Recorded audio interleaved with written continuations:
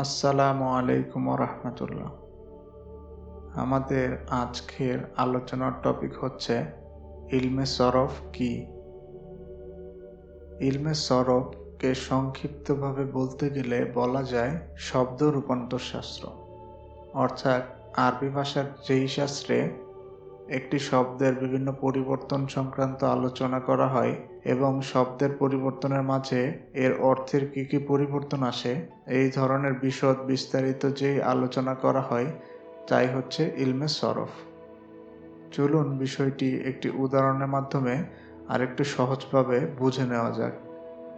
যেমন আমরা বাংলা ভাষায় বলে থাকি, আমি খাবার খেয়েছি, আমি খাবার খাচ্ছি, আমি খাবার খাবো।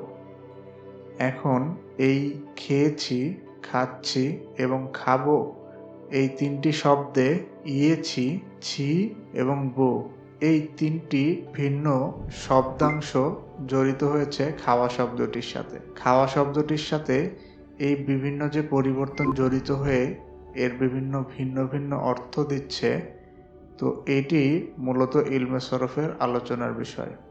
অর্থাৎ শব্দের বিভিন্ন রূপ যে বিভিন্ন ধরনের অর্থ দেয়, মৌলিকভাবে বলা যায় এটি ইলমে সরফের আলোচ্য বিষয়। ঠিক এটিকে যদি আমরা আরবি কোনো উদাহরণ দিয়ে বোঝাই তাহলে বলা যাবে, যেমন আয-যাহাব মানে হচ্ছে যাওয়া।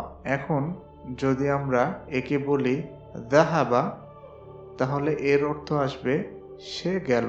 আর যদি বলি ইয়াযহাবু, অর্থাৎ সে যাবে।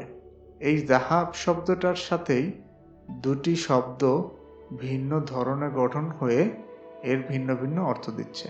যদি যাহাব থেকে যাহাবা হয় তাহলে সে গেল, আর ইয়াযহাবু হলে সামনে শুধু ইয়া যুক্ত হয়ে ইয়াযহাবু হয়ে এটি হয়ে যাচ্ছে সে যাবে। এই যে যাহাব শব্দর যে পরিবর্তন, এই পরিবর্তনের ভিন্নতার মাধ্যমে কিন্তু শব্দের অর্থেরও পরিবর্তন আসছে। তো এই শব্দের যে বিভিন্ন পরিবর্তনে বিভিন্ন অর্থ আসছে, এটি মূলত ইলমে সরফের আলোচ্য বিষয়। চলুন এখন ভিন্ন তিনটি শব্দ দিয়ে এই উদাহরণটি আরো একটু স্পষ্ট করে বোঝা যাক। এখানে তিনটি শব্দ রয়েছে। একটি হচ্ছে আল ফাতহু, অর্থাৎ কোনো কিছু খোলা, আল মাদহু অর্থাৎ প্রশংসা, ও রাফউ অর্থাৎ কোনো কিছু ওপরে তোলা বা ওপরে ওঠানো। এখন আল ফাতহু থেকে ফাতাহা ইয়াফতাহু, অর্থাৎ ফাতাহা বলার মাধ্যমে বোঝা যাচ্ছে সে খুলল, ইয়াফতাহু মানে সে খুলবে।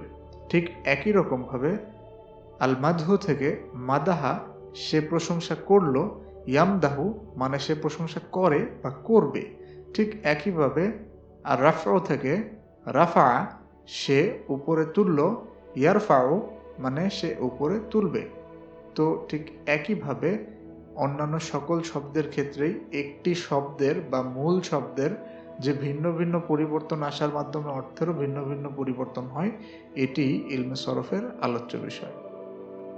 তো সামগ্রিকভাবে বিষয়টি বলা যায়, ইলমে সরফ এমন শব্দগত সকল পরিবর্তনকে নিয়ে আলোচনা করে, যেটিকে বলা হয় শব্দ রূপান্তর শাস্ত্র, অর্থাৎ ইলমে সরফ।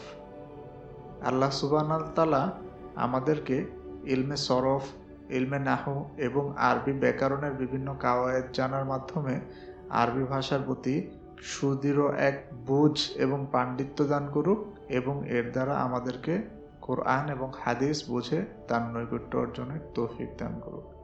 আল্লাহুম্মা আমিন।